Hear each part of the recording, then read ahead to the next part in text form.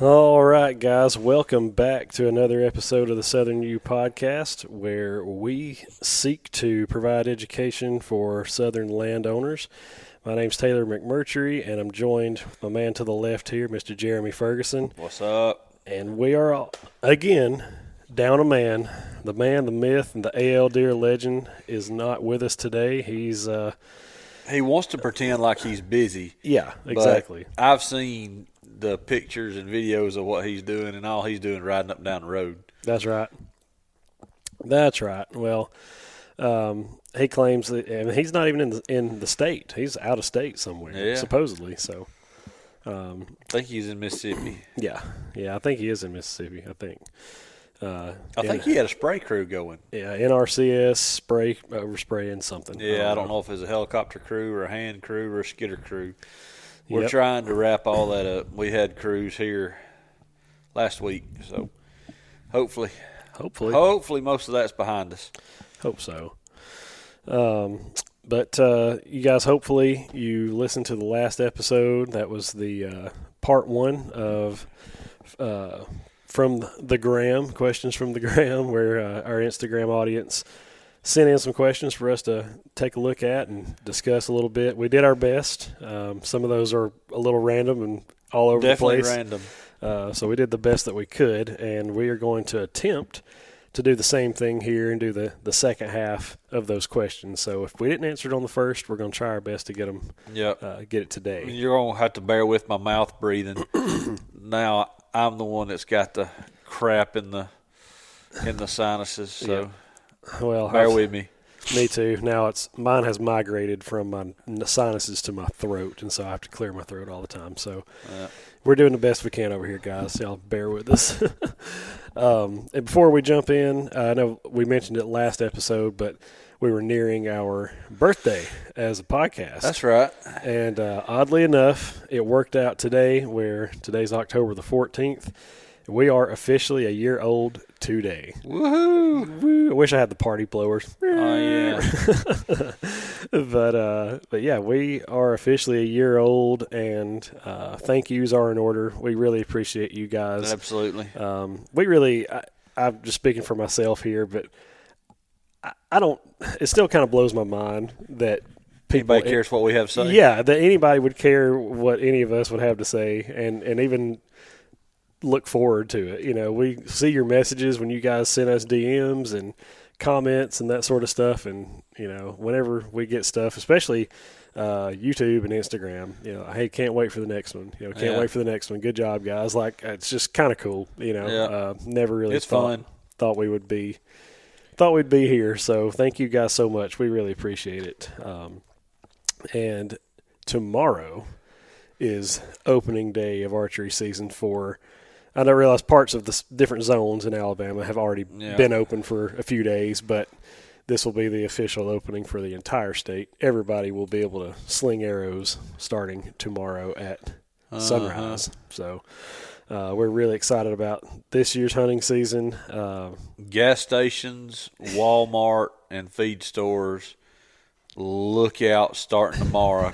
Corn sales are going to go through the roof. For real. How do I invest in corn, man? I want to figure out how to do that. Can you buy stock in feed corn somehow? Yeah, hey, I had a farmer call me a little while ago and say, hey, we're getting ready to sell, everything.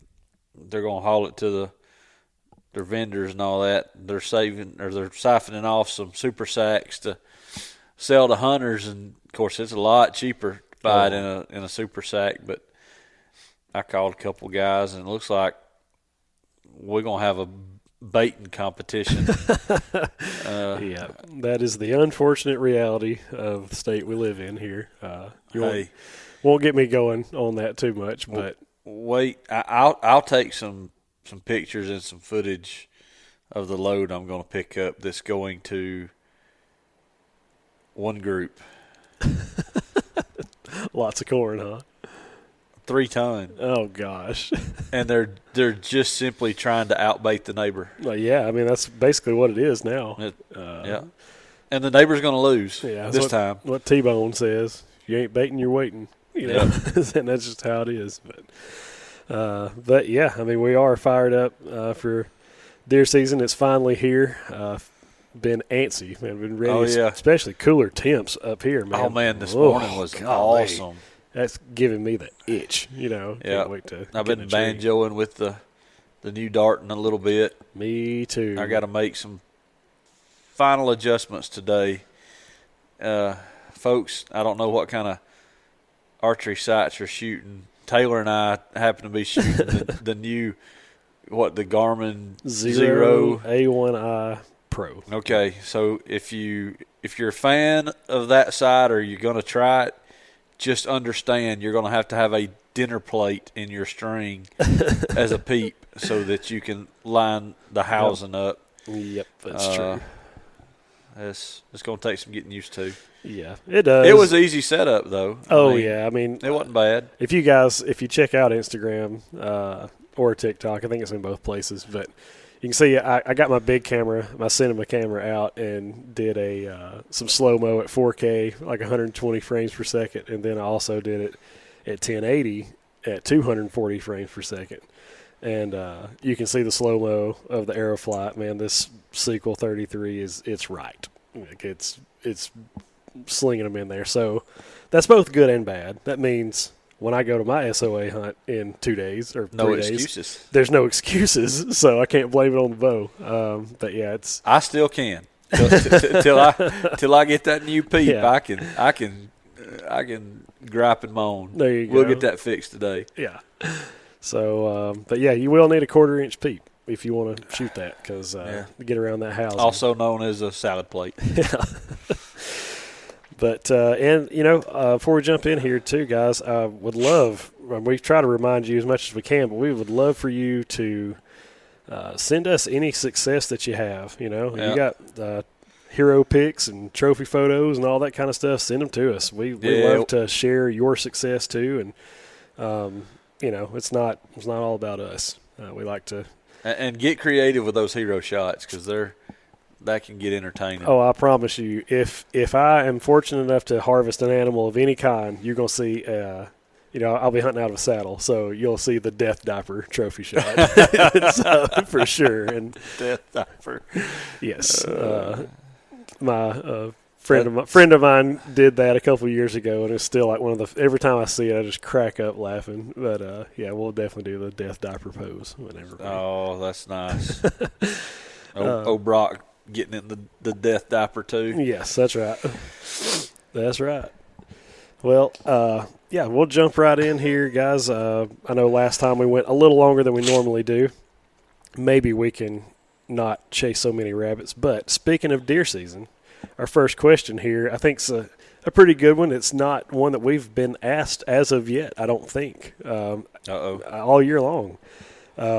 But this individual, I can't remember who it was, but they sent the question is, what's your best or your favorite cut of venison and or recipes? Man.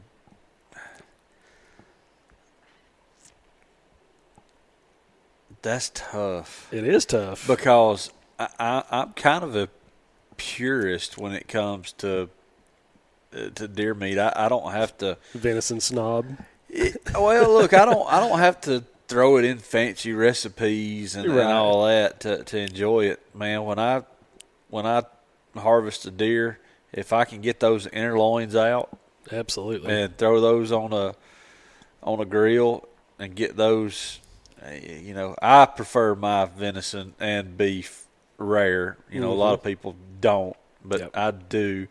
Oh man, if I can get them, just out and seared just a little bit and still a tad cool on the inside. Yeah, man.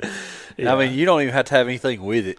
No, that's good. I mean, depending on what part of the country you're in, people call those inner tenders, fish tenders, inner loins, tenderloins. Yeah, which it is a tenderloin. It is a tenderloin. Yeah, a lot of times tenderloin backstrap. Right. Backstrap on the outside. That's right. Yeah, a lot of people will get those kind of backwards, but yeah, you can't go wrong there.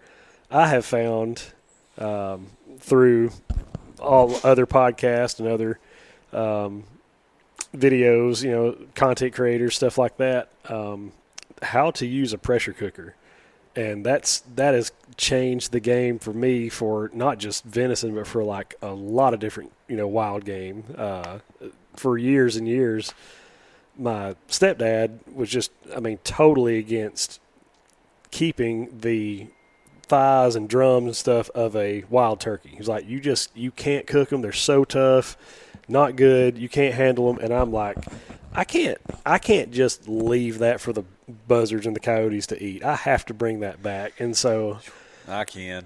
I brought them back, and I attempted to make a turkey rice soup out of them.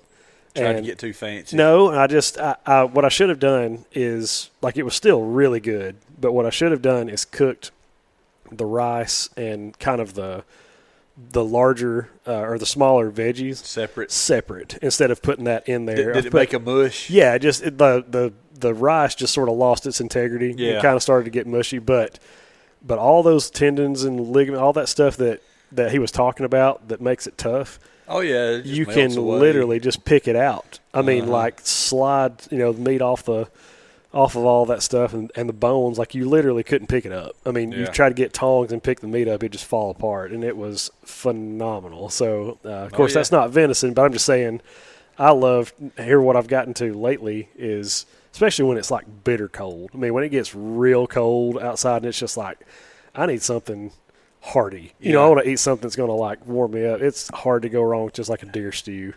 See, and I'm not a big fan of ground deer. No. This would be like a whole shoulder or something the way I do it. Yeah. I know a lot of guys that make, they do a lot of grind on it, and they'll throw it in chili and spaghetti. Look, of course, I'm a beef guy too. We grow beef. Absolutely. Look, something ground, I'm eating beef. I know where my beef comes from. Yep. It's good beef. But deer, I prefer the whole cuts. I don't like grinding most of it up. I'm going to find something to do with that cut of meat. Yeah. No, I agree. If I'm doing shoulders or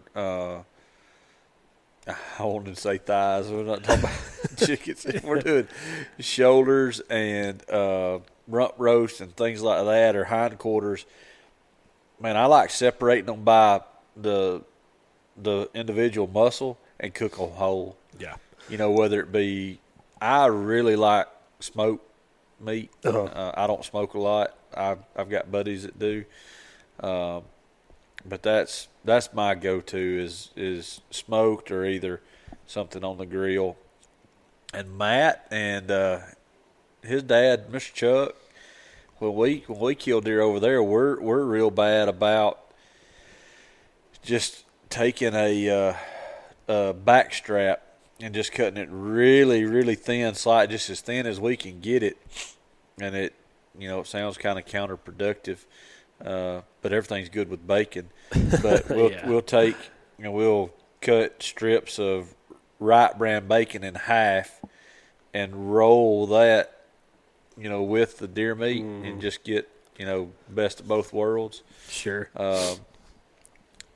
They like marinating in Dales. I'm not a Dales guy. It tears my stomach up. Well, it's just so salty. You got to be real careful, to not just. I am with deer. I am a very big fan of Pelletiers marinade with venison. Okay. With ground meat, even deer, I really prefer Johnny Fleeman's and going light. Because if you put a lot of marinade in something that's ground, it just really takes it in, and it can overpower you. Johnny Fleeman's is a good, nice toned down marinade that you can put in something ground and not overpower. If I'm going to do something with ground. Yeah. I made the mistake one time of taking some cube steak and thought, well, I'll throw some kind of wet marinade in there. And, oh, my gosh, man, it's like eating a salt block. Yeah. It just, if it was a whole cut, like you were saying, it wouldn't have been that bad. That's but right. Because there's so many cuts, it's been cubed. It's something that's been through a cuber. All I do is I put something dry on it and exactly then batter it.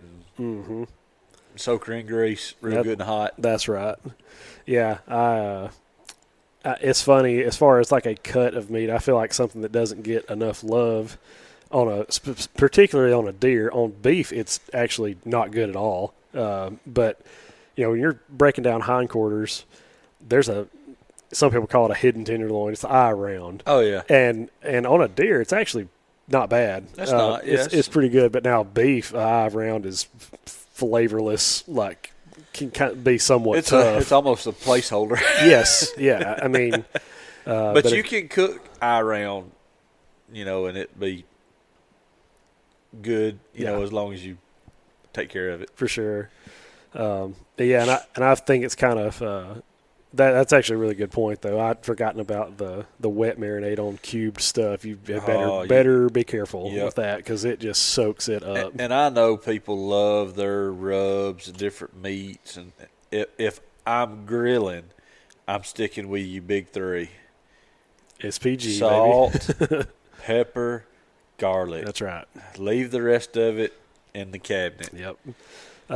I saw something. I'm pretty sure it was on the Outdoor Channel. Can't remember what the name of the show is, but a guy was talking about a seasoning that's in the kind of native to the Middle East. I think it's called za'atar, is how it's pronounced. But it's got a bunch of oregano in it, and I love oregano, but it can wear you out. It can. It's got I can't remember. Kind of like thyme. Sesame seeds, oregano, and some other, I can't remember what all I had in it, but basically he was using it to cook fallow deer, I think. And I thought, heck, man, I'll try some of that on some, whitetail. And oddly enough, it like I had to buy it from somewhere in Turkey. It's not even something that's like bottled around here. Yeah, it's a dry seasoning, but I had to get it shipped internationally, and it's good though. Basically, the way that you were talking about, hey, I just want to sear this on both sides and eat it. That just kind of doing a dry rub with that stuff on there. And I'm not, obviously we're not endorsing anybody here, but if you're a fan of Dale's and you want something that's kind of like that's not quite as potent with the salt. Moore's is another alternative. Moore's marinade is that kind of realm, but it's just not so salty. That's right. So you can kind of go that route too. And I almost rank mine. You got Dale's, you got Moore's, Pelletiers, and Johnny Fleeman's are even a step further because they're not very salty. Yeah. Don't seem to be anyway. But Dale's. Is extremely salty. Yeah, it is. But there's a lot of folks if you use it in the right way, it can be great. You just got to know what you're doing. Well, small amounts and don't marinate it for very long. Yeah, it's good. It is good. In Alabama, Diamond Jim's and Big Mike's steakhouses, both. They, to my knowledge, they use the same provider for their beef, but you can get theirs marinated in Dale's or Sandsdale's. Right. And every now and then I'll get one with Dale's. Because they don't overdo it. Yeah. No, I agree. I mean, if you know what you're doing, I'm not trying to throw Dale's under the bus. We love you, Dale's. But now if you take, a couple pounds of ground beef or deer and put in a Ziploc bag and pour half a bottle of Dale's in it, you're going to be looking for some water. Yeah, I mean, you've done it wrong. Yes. It's just going to be really, really salty. Yep. But, yeah. Yeah, no doubt. But that's just kind of our, I guess, take on cuts and seasons and stuff. But just basic. There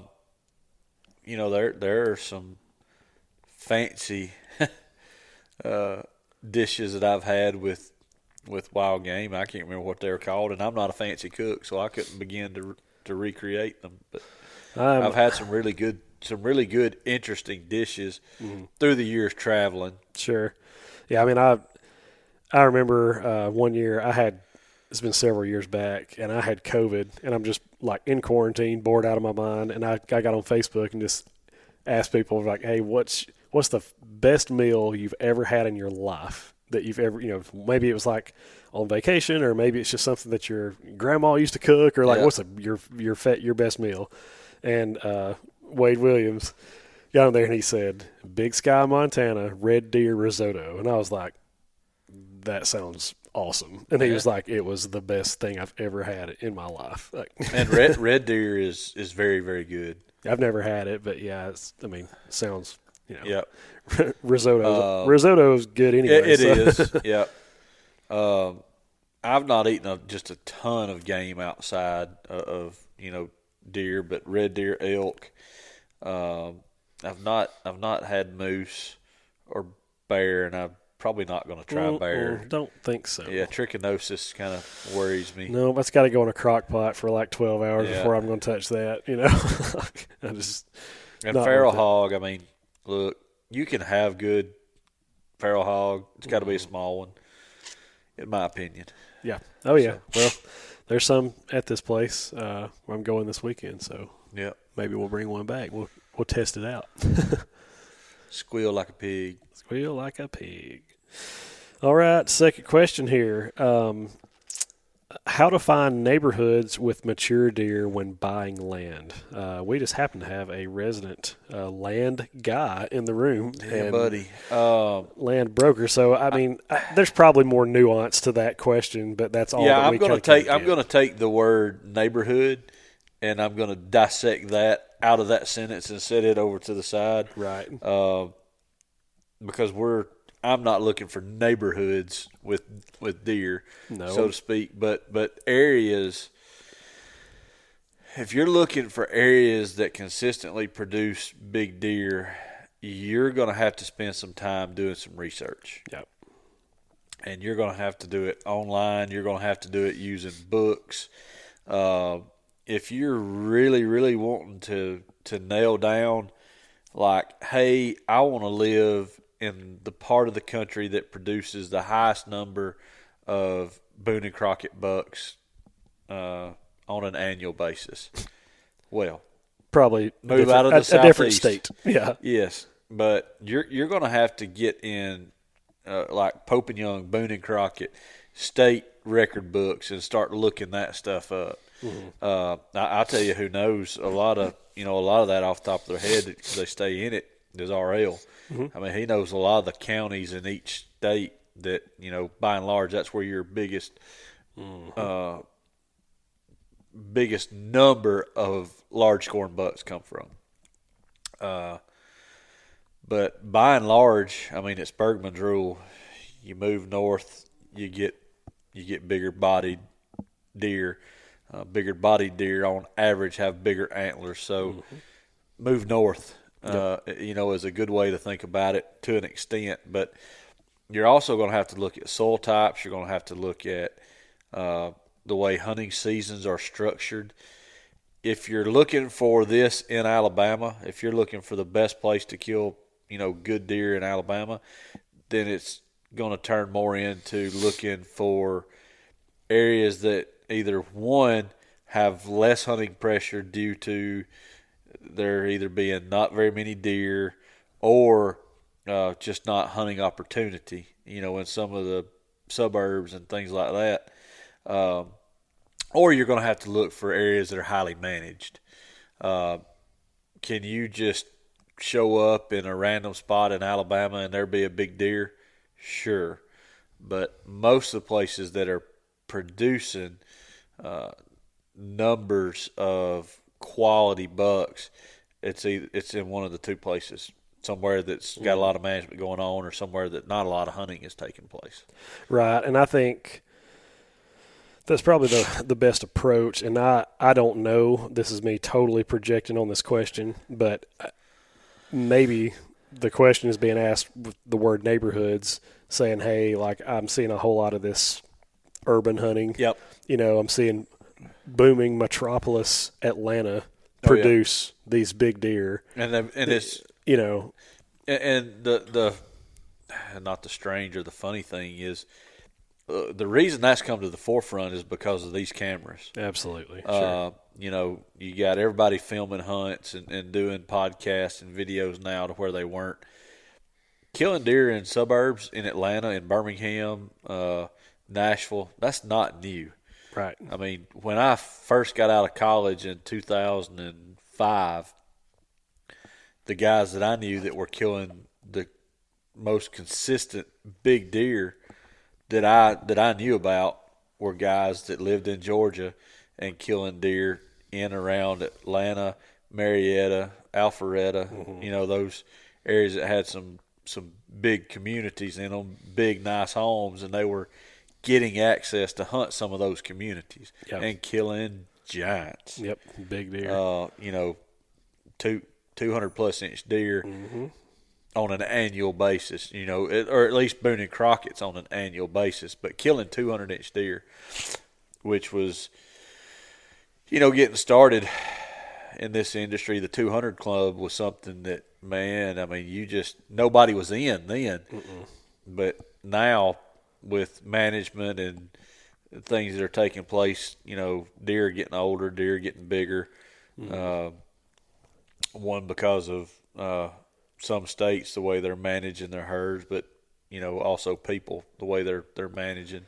Right. And look, some deer are just going to slip through the cracks and they're going to get big. I mean, that's just fact of life. Yeah, and I think too, I think what's raising the most questions or getting people to sort of scratch their head on some of this stuff a little bit more now as opposed to years ago is like, okay, there's bigger deer being killed in these suburban areas. All I've ever heard is you got to have good genetics and you got to have good habitat.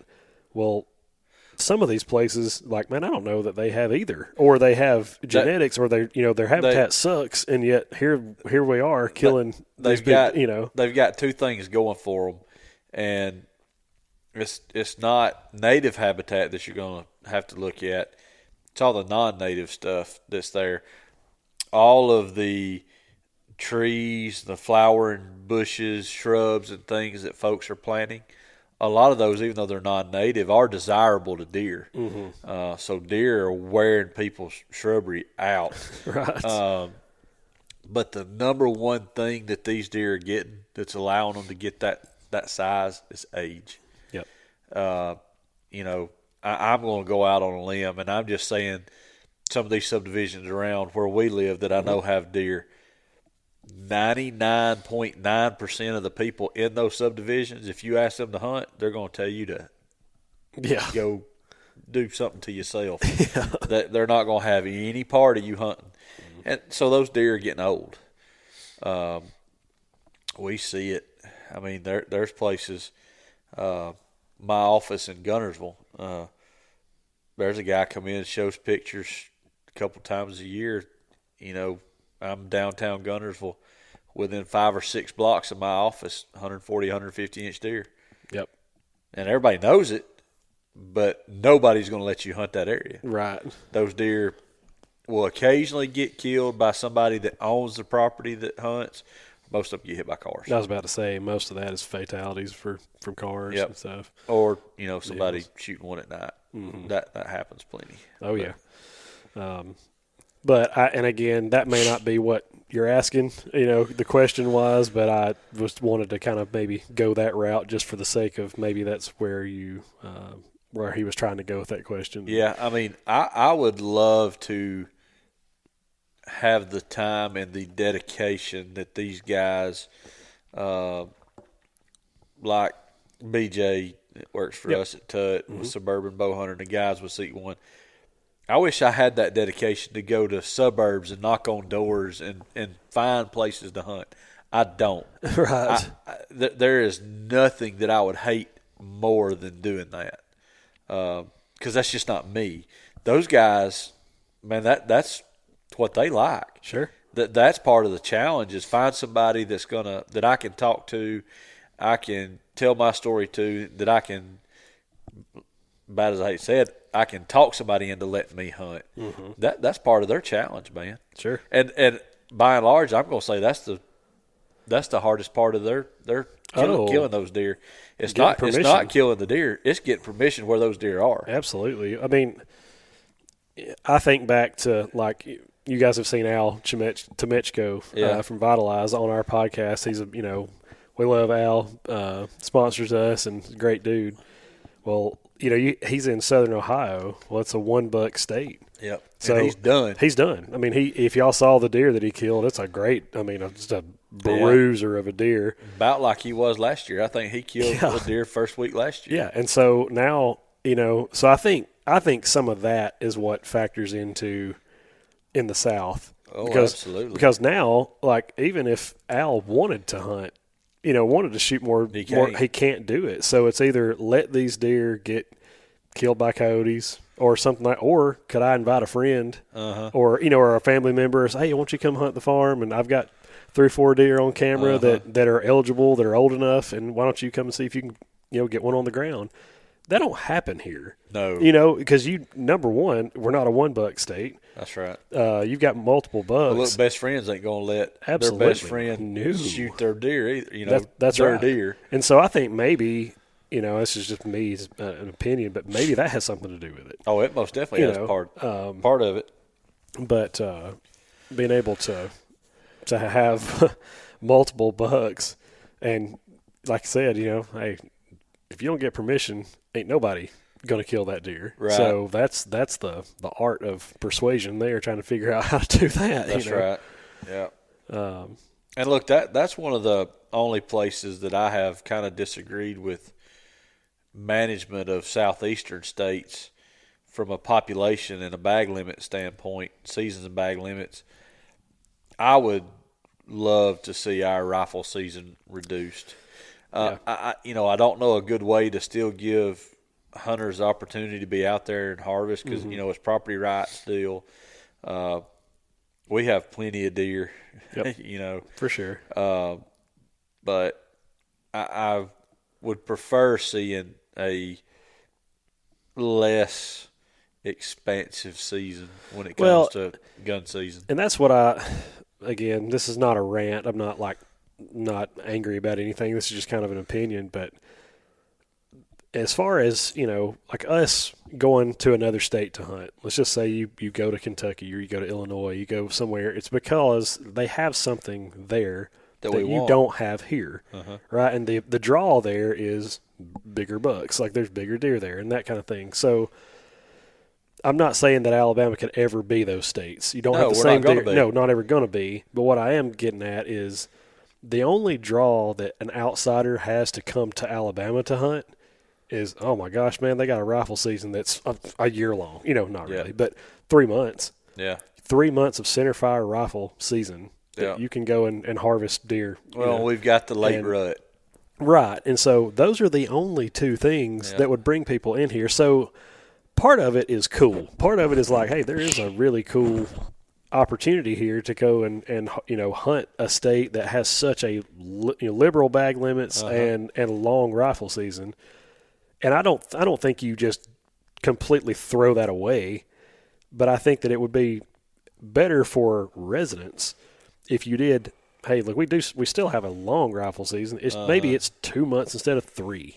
Maybe or whatever. Just have this window where it's not like you've heard Matt talk about that a lot, especially extending that on into February. Yeah, you can wipe deer out if absolutely. if you want to, especially up here where we are. Yes. So again, that's just kind of my spiel. It's just to go, hey, what's attractive about hunting here? Yeah, late rut, bag limits, and maybe your that rifle season. Yeah, you can still have all those things. It's just shorten up that rifle season some. Yeah, and I want to quantify that a little bit. Especially for up here in our part of the world, in North Alabama, where we are Cumberland Plateau, close canopy hardwood, more so than mixed pine, scattered open ground. When you get a little further south, is through the years our recruitment rate for fawns coming into the population up here, best I remember was right about 0.7. So for every doe, we're only pulling in 0.7 fawns into the recruiting or the recruited population that's coming along. You get further south, and it was somewhere around a fawn and a half. Yeah, like 1.5. Yeah, so you lose a doe down there, well, you're still kind of have an upward trajectory of your population. Here, I mean, you're already a downward trajectory, and then you add hunting and other additive mortality in it. So we keep a downward trajectory if we're not careful. You know, and hunters and managers have to play that role. Oh, sure. Absolutely. Like where we had our place in Jackson County for several years, we didn't shoot a lot of does. You couldn't really. If you did, you didn't have does hanging around at all. You know, during the year. During the springtime, we'd have a lot of bucks and does in the bottoms because we had agriculture. But when the acorns started falling, they just scattered back out, and it would reflect the true deer density of that part of the world. Right. And we just didn't have that many deer. Yeah. Yeah. And so, again, I'm not advocating for necessarily anything really other than, one way or another. I just think that.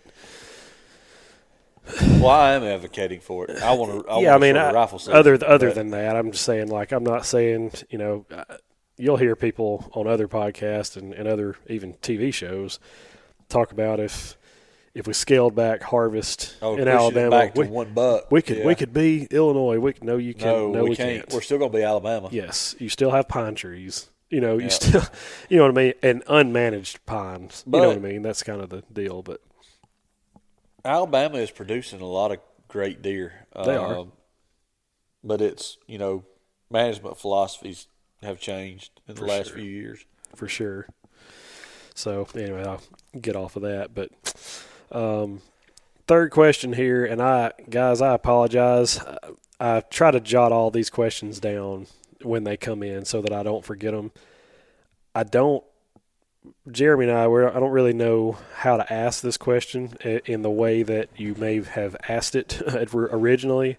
So I'm going to take a stab at this and kind of project what I think you might have meant when you asked the question. But this is drill down food plots, and in parentheses says real life examples. I'm assuming that this means when would you want to drill a plot and when would you want to just broadcast a plot? I guess. Now, that may not be what this person's asking at all. Yeah. But if it is, we'll try to cover it broadly.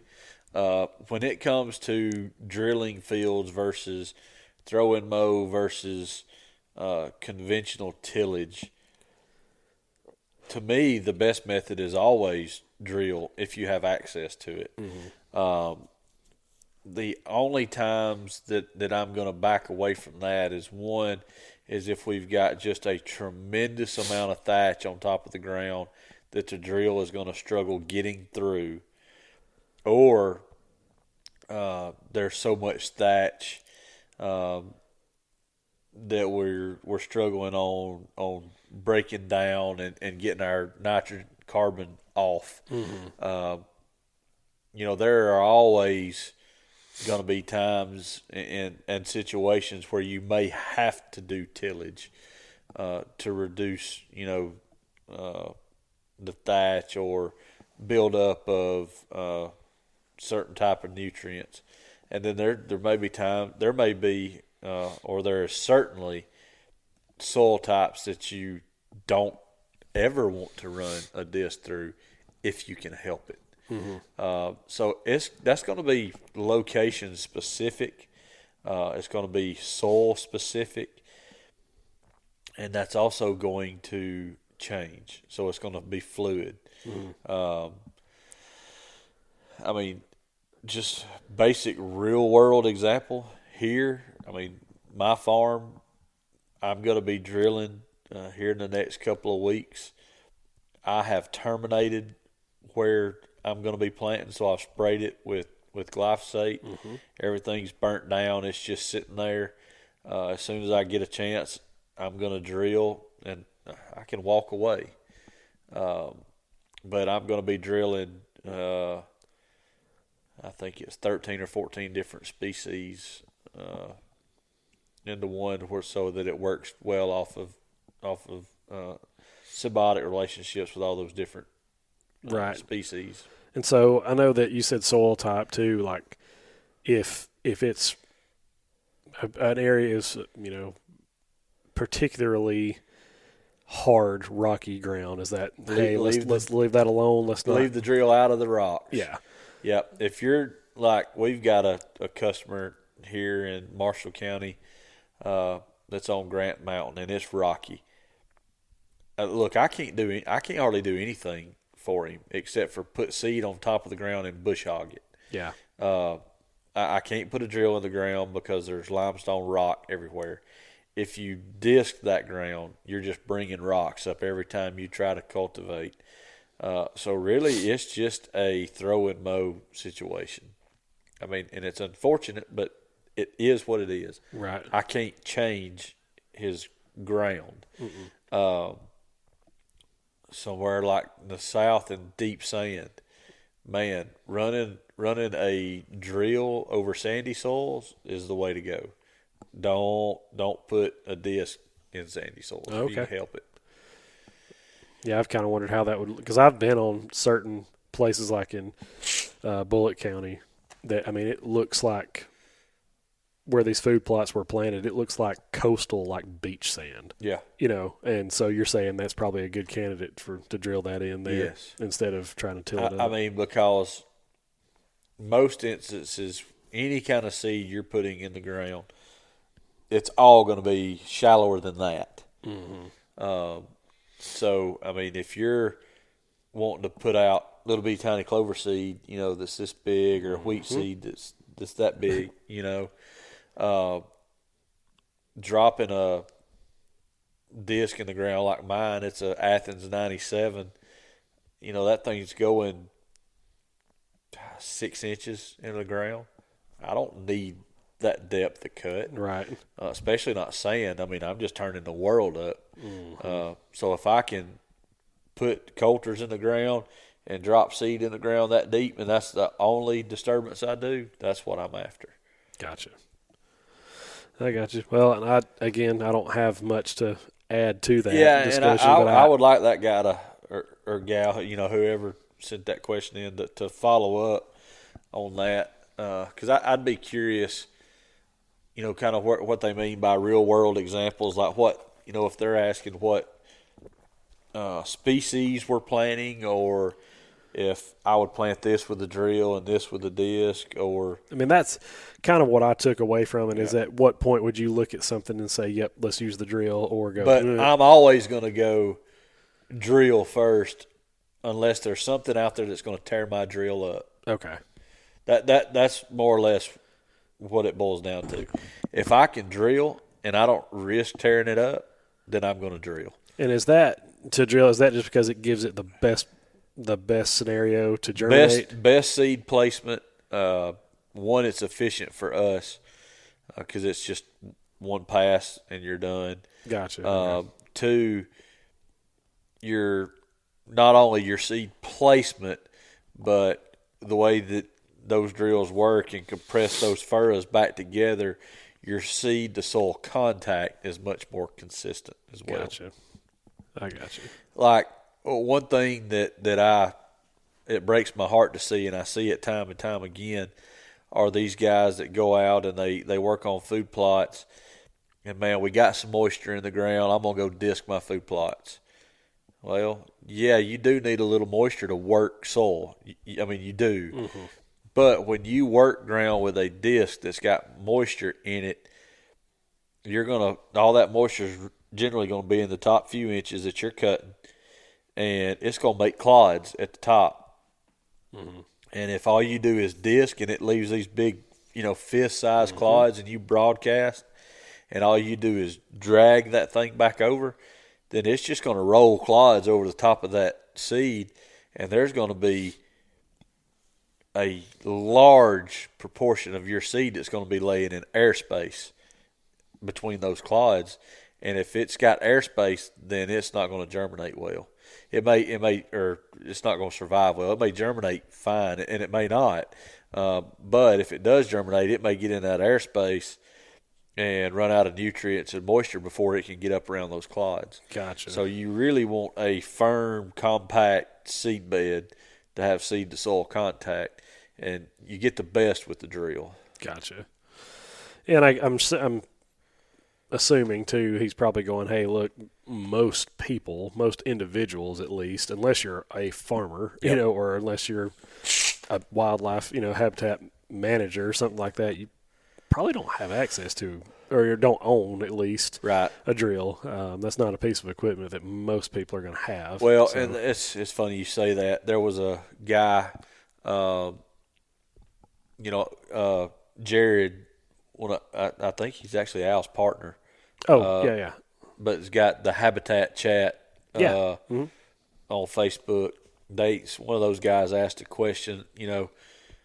How many? And it was pretty simple, but it was just how many tractors do y'all have to keep management on going on your place? And he was going through all the scenarios, different things that he did, and to manage if you're going to have large properties and you're going to do a lot, then it can take a lot of equipment, but a drill can replace a lot of pieces of equipment. Gotcha. It can replace a disc. It can replace a drag. It can replace a cultipacker. It can replace a spreader. You can replace a lot of things with That's true. with one tool. Yeah. It just depends on how you look at Now, it. it is a expensive tool. Matt and I own a PH Outdoors drill. I think it was $23,000 or $24,000. But my Athens disc, of course, I keep it because I do other stuff with it. But that disc is a $12,000 disc. The planter or the just a small spreader that we pull behind the UTV, those are $1,500. A bush hog like what we've got, a batwing bush hog, you're $15,000 to $20,000 there. So you can get rid of some of these other expenses that you have and can put that money there. You got to have a tractor that'll handle a drill. But it takes more equipment to handle some of these projects than some folks understand. But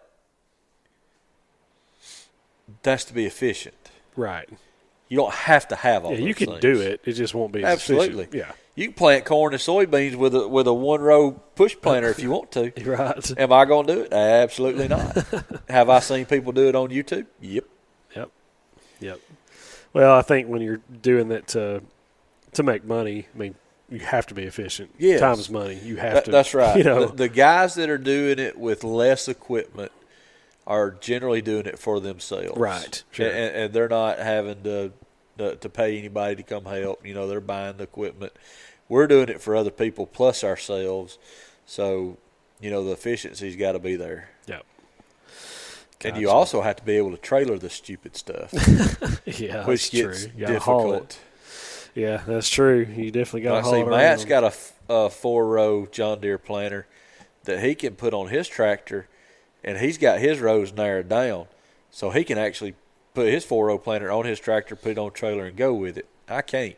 My 4-row planter is on 36-inch rows, so by the time my row cleaners are hanging off, or not row cleaners, my row markers sticking out on my trailer, I'm nearly 13 foot wide on my trailer, so I have to sit it on there a long ways. Yeah.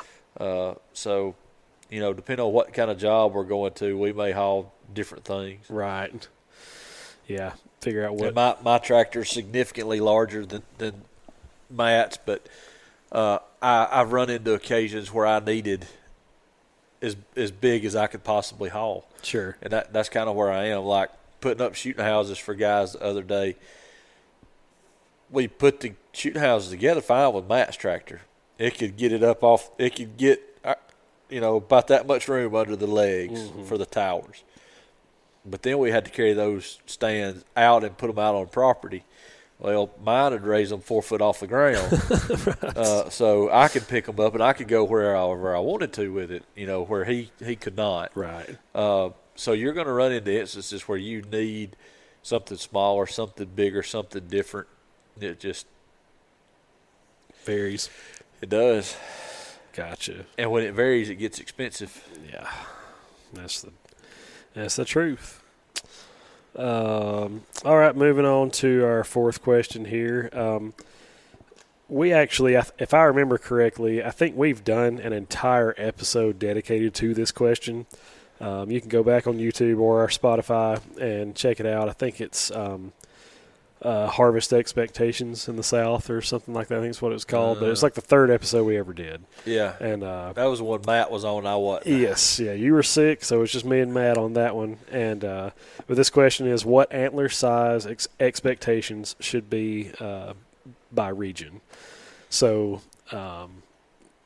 basically, I guess what region of the country we're talking about, you have different expectations when it comes to what kind of bucks you can harvest. Yeah, Bergman's rule again. Yeah. I mean, you Go north. Yeah, they get bigger. Yeah. But you are definitely going to see pockets of the world that are consistently producing larger scoring bucks.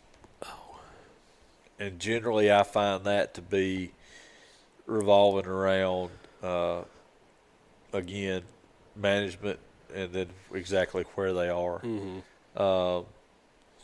I mean, in Kentucky's one of the weirdest states. You could be in phenomenal deer hunting, big buck country in Kentucky, and you can go any direction 20 minutes, and it may look like Chernobyl. Third Alabama deer running around. Right. Just like that. The heavier agricultural areas, tend to have bigger bucks, bigger racks. In Alabama, I have found it to be interesting that you will find pockets of big deer, and that, for what, for my purposes, I trace back where those deer came from generally. If you've got bucks in Jackson County that, oh, by the way, here's 170, 180-inch deer. Well, part of Jackson County was restocked with northern genetic deer. Mm-hmm. Part of where we are, in Marshall County, was stocked with northern genetic, but not Iron Mountain, Michigan. Right. We got North Carolina deer. Mm-hmm. So they are from north of here, but they're not as big a bodied deer and don't seem to carry the same rack characteristics as Iron Mountain, Michigan deer do. No, well, I think it's important to note that they are different deer. Like, there's absolutely. Different subspecies of different deer. States, different subspecies. Matt would be the one to tell you because he really dug into it when he was at the WMAs, where all the different deer went. I've got the files. I just never got into it because I didn't work on the WMAs very often. But they knew where all those deer came from, and you could kind of track pockets of, oh, man, we got great deer here. Well, northern genetic deer were stocked here. Right. Well, we've got okay deer. Okay, well, those are deer that, came from somewhere else, but not the quote-unquote big buck genes. Mm-hmm. And then the deer that were stocked from Stimson down in South Alabama, where we always had deer, they're like jackrabbits running around. They're 100 pounds grown and don't carry the same rack characteristics. No. But yeah, and I think even it's something to point out too. I think Matt, if I remember right, Matt said it on that episode that I was talking about earlier, but he was like, if you take the exact same diet and you feed it to him and you feed the same diet to Shaquille O'Neal, is Matt ever going to be Shaquille O'Neal? Like, no. That's it. And he's got the best nutrition, he's got the best everything, and he just does not have the genetic potential to become anything that. And he's referenced before, like, landowners will show him a picture and like, man, look at this 6 point right here, man. He's big old body thing, but he's just not very big. What's wrong with him? What's wrong with him? Like, nothing's wrong with him. Yeah. He's all he can be, man. You know what I mean?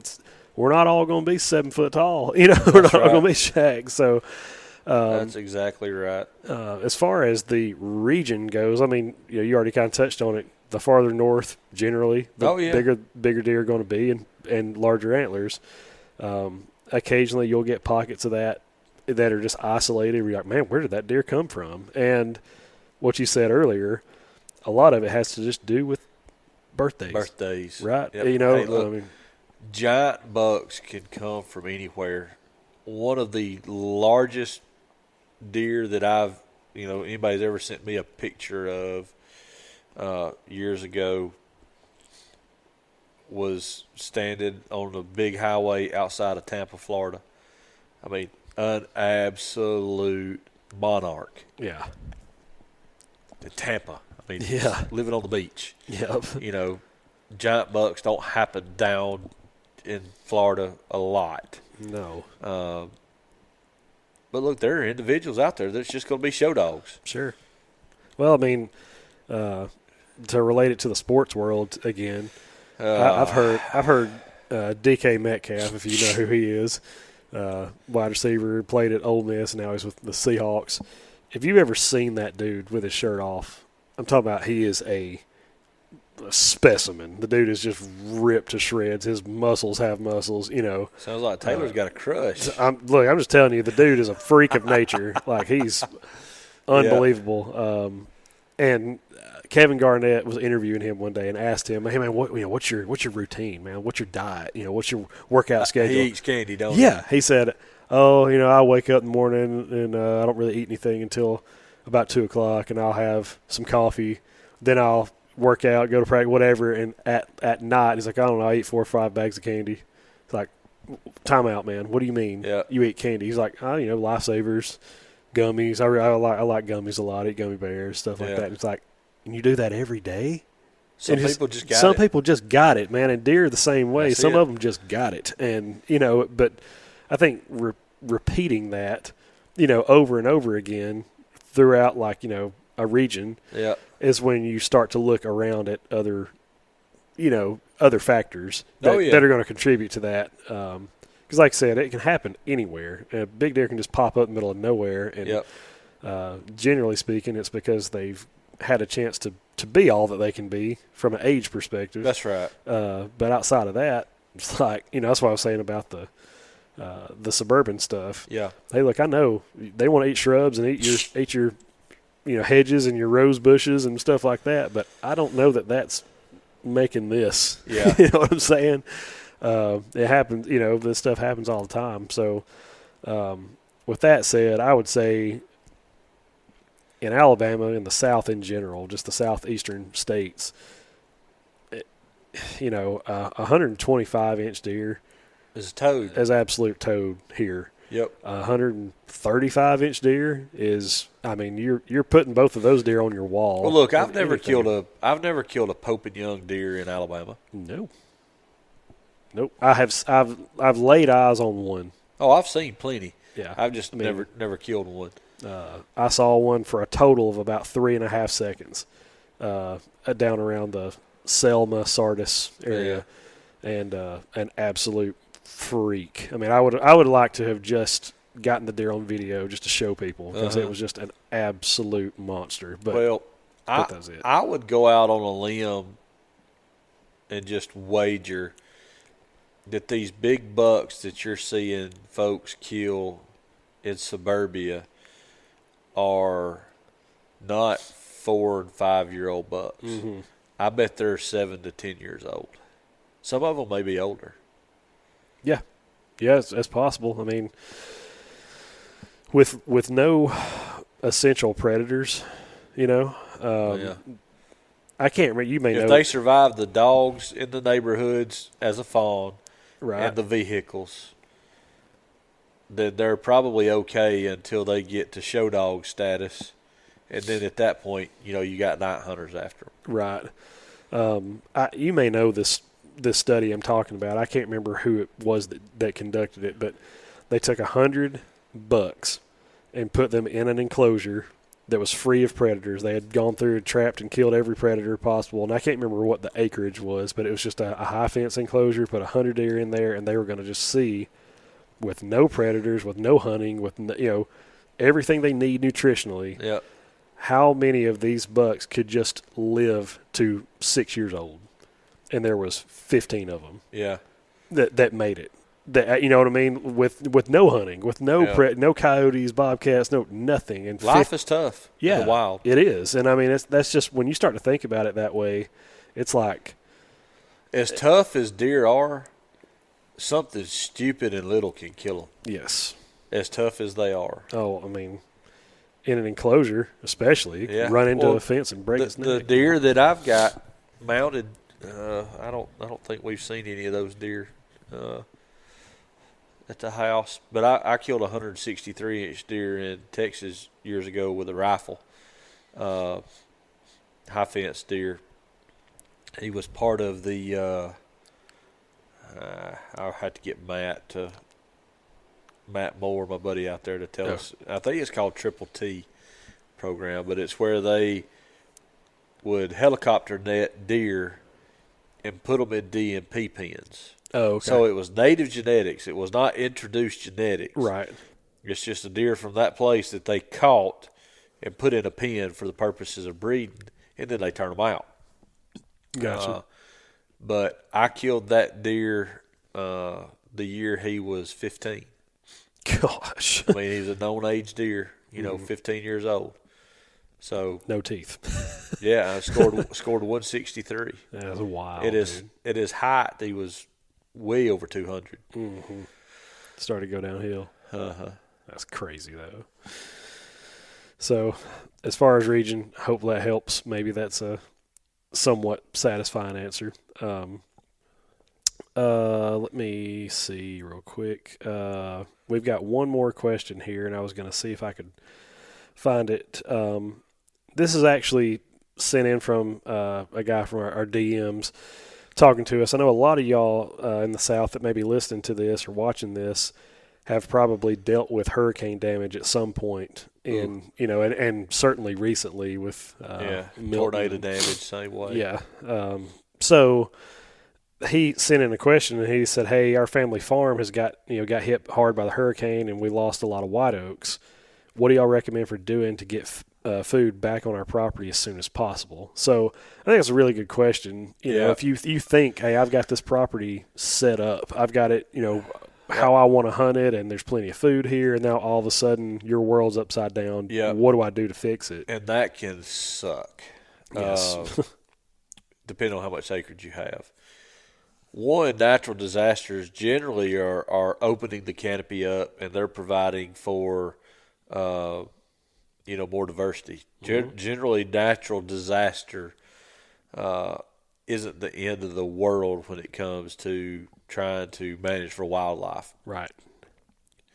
The biggest problem you're going to have is access on that property, depending on what kind of damage it did. Ice storms and wind storms are terrible. Yep. No doubt. And I apologize. I can't hardly speak. You're going to have to bear with me just a minute. He's got to go get the mucus out of his sinuses. No, but I do kind of sympathize with these people that are having to deal with all this kind of stuff, because you spend a whole lot of time, a lot of money trying to get this stuff right and get it fixed the way that you want it set up. And even your roads, even access, being able to kind of, go to and from a place to hunt it is not easy to do. You spend a lot of time and money on those sort of things, and now you've got a storm that completely turns things upside down. Oh, just wipes you out. Yes.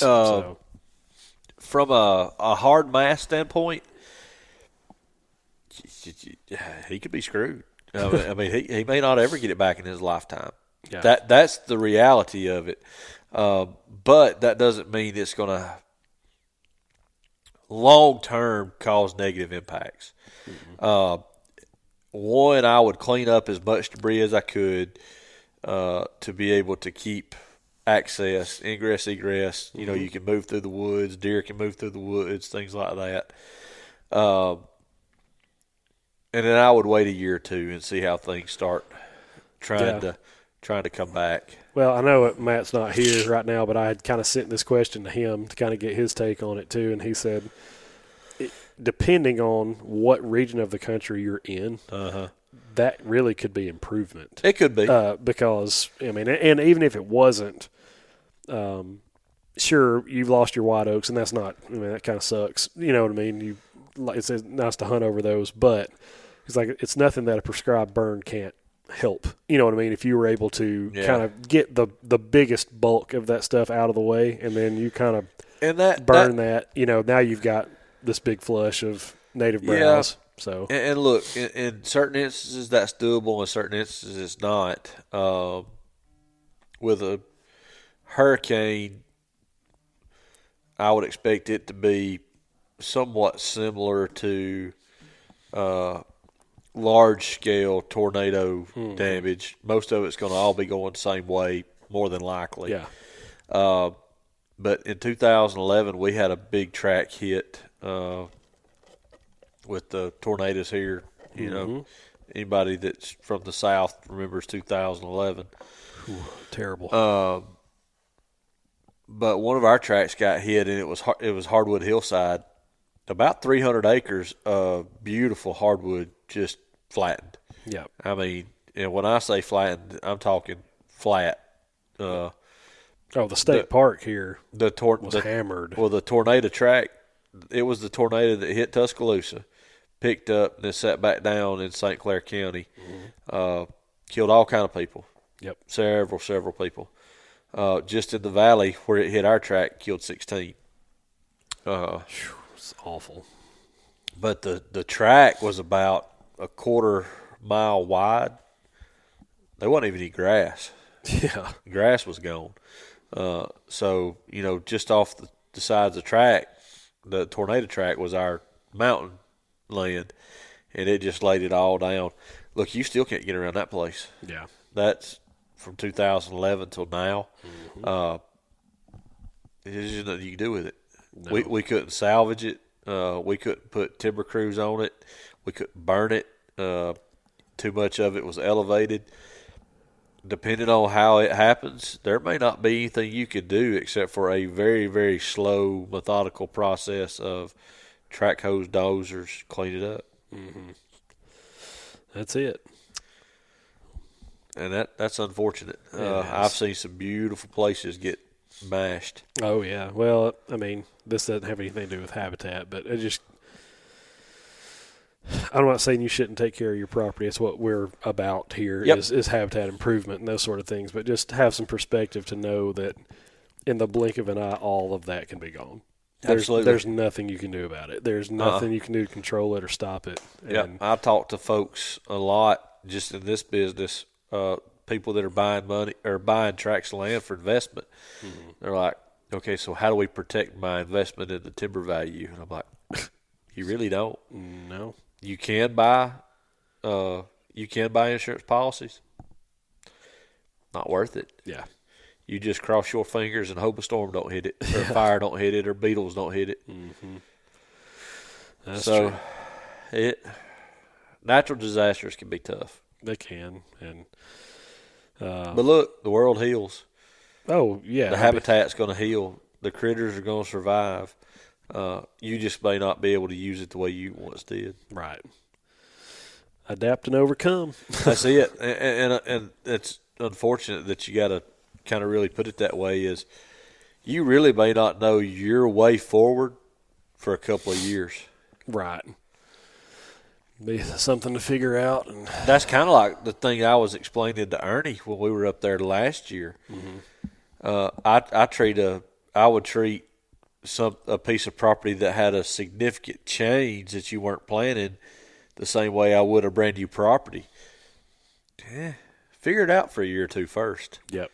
You may not really understand your way forward. Yeah.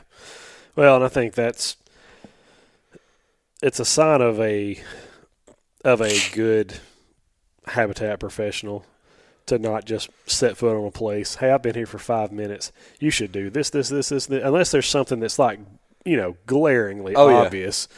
But when Matt has said the same thing. If you set foot on someone's property and you immediately start making all kinds of recommendations when it's a new piece of property. You know, the landowner just got it. You've never seen it. He's only been on it a time or two. Right. Like, you know, like that's a red flag. You need to we both need to kind of get our heads wrapped around what you have here first, and then let's figure out what's going on. Because I'm sure there's probably a lot of guys out there that would have said, "Oh yeah, you need to do this, need to do that. You got to, you know," and no question. But to be honest about that's it, that's billable hours, man. Absolutely, yeah. I'm here, you know. So, anyways, I think that's probably something to consider too when you're hiring somebody like that. But that's pretty much going to be it, guys. We ran through all those questions about as fast as we could, and we hopefully answered those. We did the best that we could do. If you want to follow up on some of those, you feel like we didn't hit those questions exactly from the right angle that you were talking about, you know, if we're having to kind of project on some of this stuff and trying to figure out nuance of text and and you know, stuff like that's hard to do sometimes. So just shoot us a DM. You know, we'll revisit that stuff, or we'll talk to you personally, you know, and see if we can't get you some answers. But as always, you know, we don't talk about this a ton on here, but if you are in the Southeast and you are in need of habitat improvement or habitat management, give us a shout. You know, think you'd be surprised at how much land that we cover, you know, go all over the place and doing this kind of stuff. So Matt and I need to sit down and figure out how many acres, how many states and that we've impacted through the years. I know when I was with the state, they had me sit down and do it so that they could do a little bio publicity deal. And I think at that time I had worked on properties in either 11 or 12 states and dang near 1 million acres. That's a lot of land. So it's been a fun ride.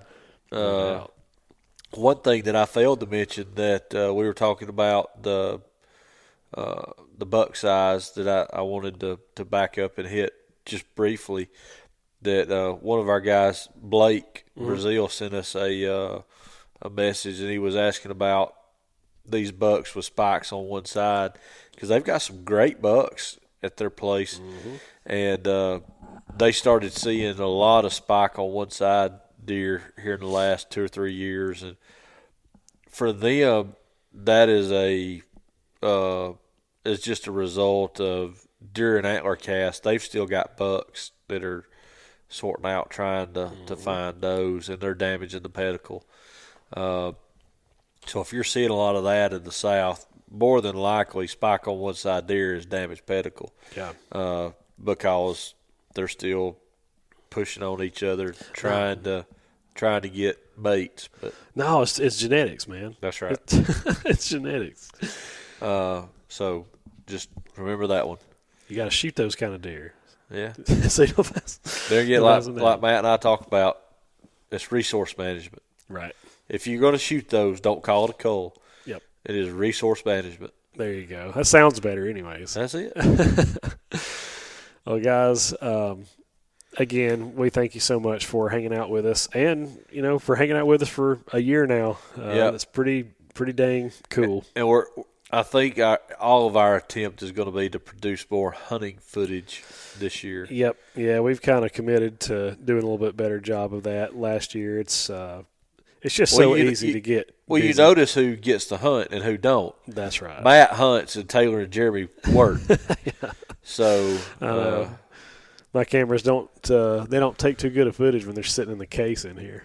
So, but yeah, hopefully we got some more of that stuff coming, and I learned my lesson last year. You know, taking the camera in the tree with me every time. Yep. Last year, by the time we actually got set up, and we had driven 5 hours to get there, and then had all the issues trying to access the property and all that kind of nonsense. By the time I got in the tree, I was like, I'm not setting my camera up, and here comes a buck. Whop. You know, so I'll have it. If I'm going to go through the trouble of bringing it with me in the woods and hauling it around, it's going to get set up in the tree. Yep. So, but we appreciate you guys. Thank you so much. If you need anything, please let us know. Yep. And we will see you on the next one. Remember, like and share. Like, share, subscribe, comment, all the things. We love you guys.